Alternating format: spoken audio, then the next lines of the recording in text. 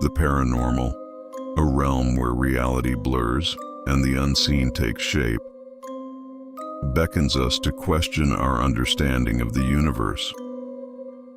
Are there forces at play that elude our scientific grasp? Amidst the sun-kissed shores and lush landscapes of Hawaii, tales unfold that defy all logic and reason. Today, we unravel two spine-chilling accounts of paranormal encounters from the heart of Hawaii. These stories are first-hand testimonies of people who have had these extreme encounters from very close. Welcome to the Extreme Encounters.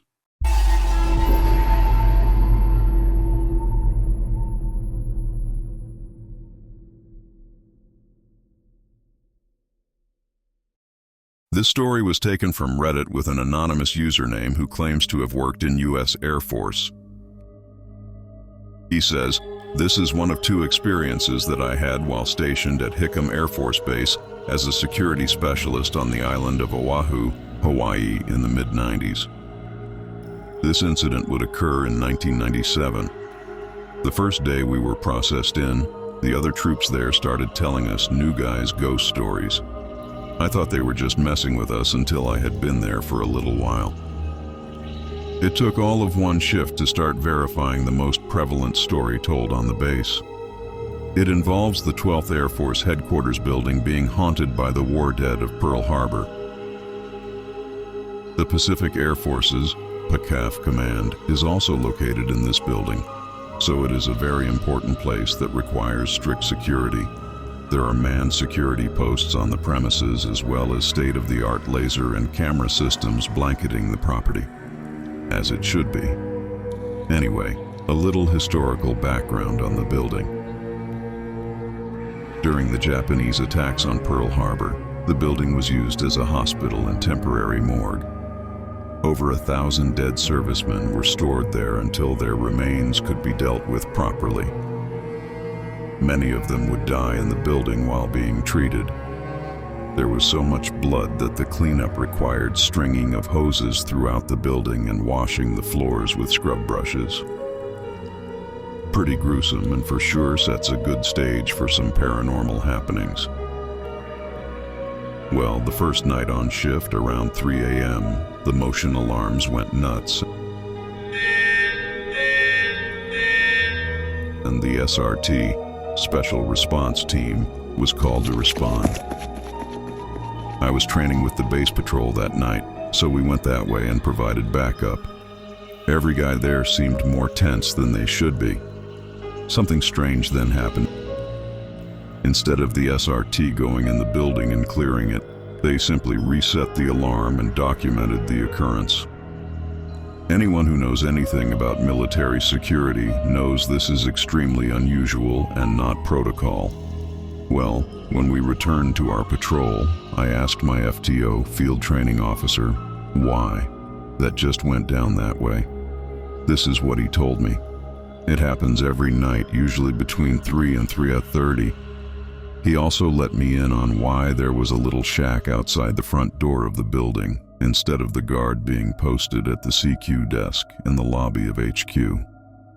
Almost every airman that tried to work the post would refuse to stay in there because they would hear walking and inaudible talking. Smell what was described as rotten meat or a slaughterhouse smell, and the stairs in front of that location would squeak and vibrate violently on a regular basis.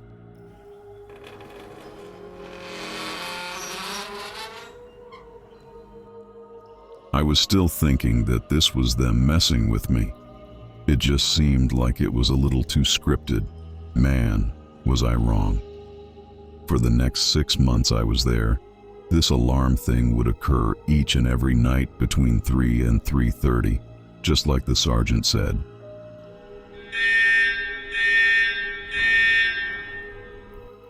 I saw military working dogs refuse to go into search.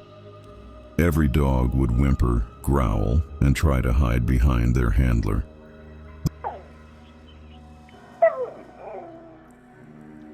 Those of you who know that military working dogs don't refuse service. I also witnessed grown men choose to sit on a stool in a 4x4-foot shack instead of at a nice desk in a spacious, air-conditioned lobby. I quickly became one of those guys in the shack. I experienced the walking, talking, and stares all in about the first hour of my first shift. My shift on the HQ post began at midnight, and by 00:100 or so, my time of trying to stay at the CQ desk was over. I was pretty shaken. I never experienced the smells, but would experience the sounds on several occasions. Then at 3:17 a.m., the alarm went off. Motion detected in the basement and on the third floor. There had been nobody there since 5 p.m., when the building had been secured for the evening. Peculiar thing, very seldom did anyone come back in the evening to work there alone. I think I remember only about 2 times in my 6 months that anyone came back to work after 5 p.m. And they did not stay long. In and out, so to speak. These are my experiences at the HQ building on Hickam AFB. I would be interested in knowing if there are any other former SF guys who have had similar experiences while stationed there. It was creepy, and I experienced these things on several occasions. But the alarm thing was every morning without fail. Extremely unnerving place to work.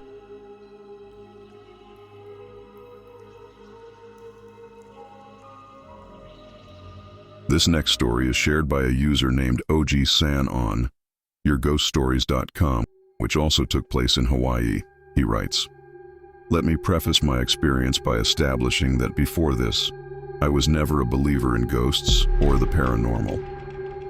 Since I am currently atheist, I used to think that if spiritual elements were man-made, then certainly ghost experiences were also figments of the imagination, right?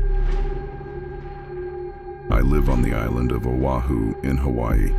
The paranormal culture here is quite rich, and as a reader, it is absolutely enthralling to read or listen to.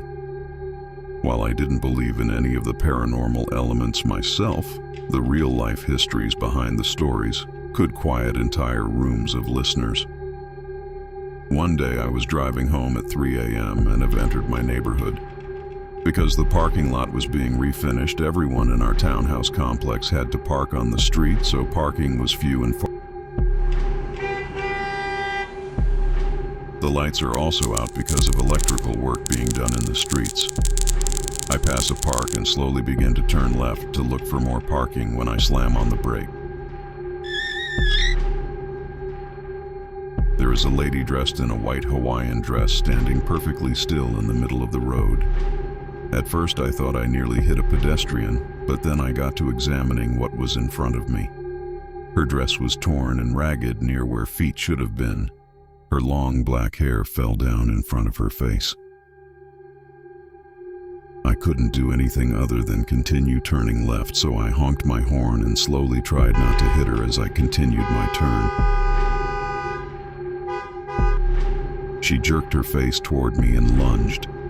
To my horror, all I could see was a very angry, dark Polynesian face covered in blood.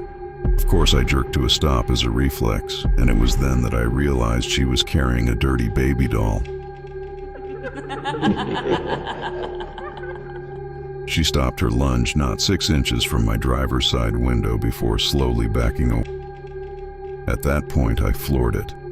As I looked back, I nearly passed out, realizing this lady was right behind my car.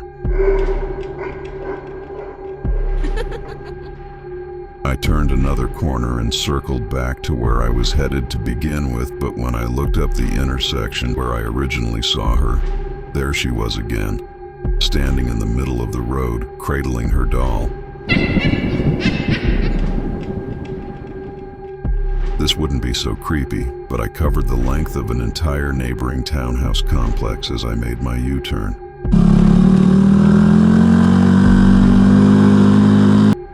I've walked the same distance, and it's about a 15-minute walk, 2-3 minutes by car.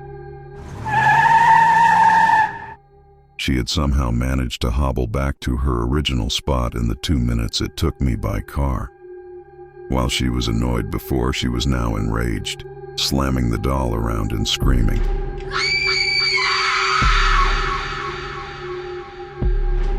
I made a few more passes, and each time she was there, but she seemed unable to leave the street she was on. I was now on the horizontal part of a T intersection, and she was still on the vertical. By now I am absolutely hysterical because I need to park my car to go home and walk quite a ways to actually enter my house. How could I with this thing floating around? Luckily 2 minutes away is our local police station. I mention the entity, and the police send someone to follow me home. Of course, by the time we get back, she's nowhere to be found, and all the street lights are back on. I apologize and thank the cop for following me home and book it into my house. The next day, my neighbor, who's been good friends with my mother for more than 30 years, texts me, wondering why I was driving so erratically and honking my horn. As she can see the roads in question from her bedroom and looked outside after I had honked my horn. According to her, my car was weaving between lanes, one lane on both sides of this street, and stopping and going very suddenly before speeding off. Apparently, she thought I was texting or something, so let it go. I explained to her what had happened. She is very religious, and she told me to go home and pray. Let's just say for the first time in years, I actually thought about doing just that. This story is actually still continuing to this day. Ever since that night, if I take a nap in my living room on the couch when I am home alone, I always wake up paralyzed and looking up to the second floor to see a veiled woman in black running in and out of the master bedroom laughing.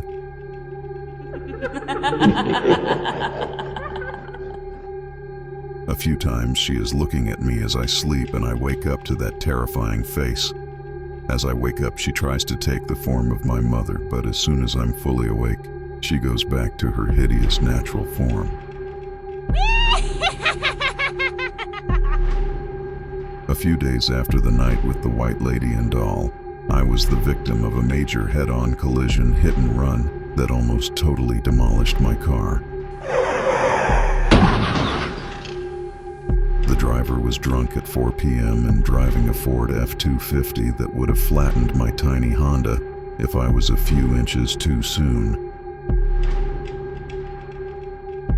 How great is it that we are alive today? It only makes me wonder what awaits us on the other side.